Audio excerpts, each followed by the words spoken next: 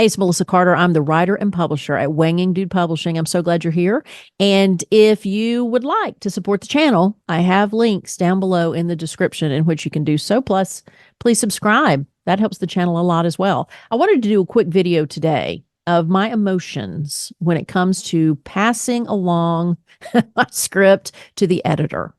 So the idea is when you publish a book, and you're doing it on your own or whether it's with a publisher, this is a part of the process, and it should be a part of the process. If you are a self-publisher, somebody else should take a look at your work, because you will look at this piece until your I's are crossed, which means that sometimes you don't cross every T or dot every I. I mean, it's amazing for me in writing this. This is the first time I've written something of this length.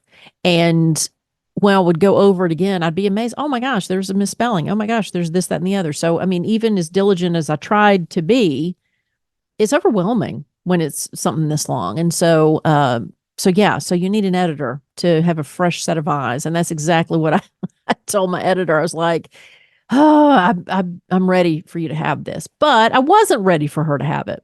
And the reason I say that is I think that I had this misconception with certain things. And it wasn't necessarily with this book. I kind of heard advice prior to this book, and that is that it never ends. So doing morning radio, there would be a lot of interviews with artists, singers, songwriters, and especially the songwriters who would say, we just went ahead and recorded the song. Like it was time to record it, but they couldn't listen to it on the radio anymore because they would always want to change something. And so for somebody who creates something, it's not like this perfect piece that ends up fitting in this box. And then you're like, oh, I'm done. And, like in Misery where he has his stack and he smokes his cigar, right? Like it's the finish, where I think it's a little more of a, hey, let me think about it. Oh, are you sure? Like a pullback pull. Are you sure? Oh, well, maybe I may have left out a story, or I could make it better, or, that kind of thing, where you just would be so obsessed with it that you lose sight of how it is. And I think for someone who reads something, now I'm saying these things in general. I hope that you enjoy the book when you read it. So let me say that up front. That's my hope.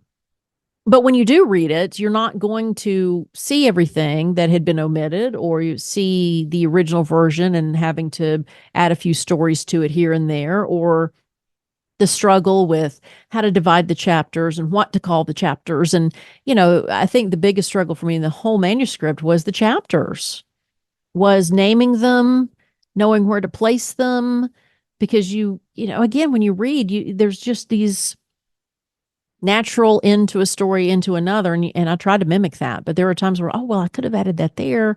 And so that's one of the things with the editor too. It's like, she's not just making sure my punctuation and spelling is correct. Like I've mentioned before, she's, going to look at it to see if it makes sense.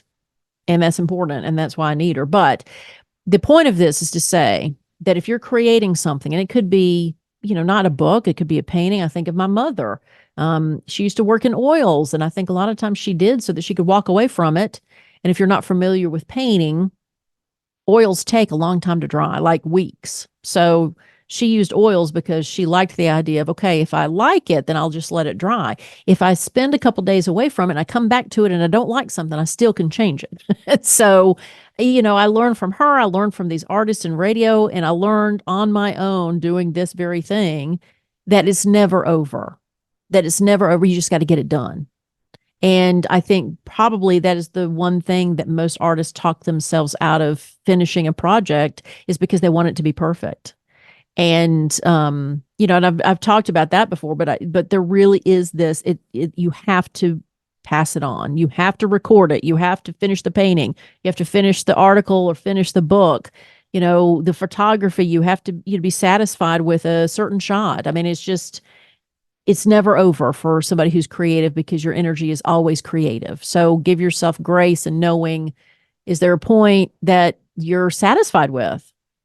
I think for me, I wanted to make sure that book had at least 60,000 words, because I felt, again, from my research, it's like 60,000 words is, is a decent length book. I didn't want it to be too short. And so that was my goal. And actually, I was able to get beyond that. But maybe that was my way of saying, okay, you have a point, and if you get to this point and it's decent enough, then you gotta give it. Because in my mind, I thought, oh, I could just delay releasing this book for another year, or maybe but no, if you keep doing that, then eventually you will lose motivation and you will never get it done. So dust whatever it is off the shelves, whatever it is in your computer. If you're somebody who has said project, go ahead and finish it and let the world see it. And that's what I'm doing. And I hope you like it. So thank you again for being a part of the channel. Subscribe, share it with people. And again, look at the description below for ways you can help the channel. I also have something for free for you down there. And, I hope you have a great day. Thanks so much for watching. Bye.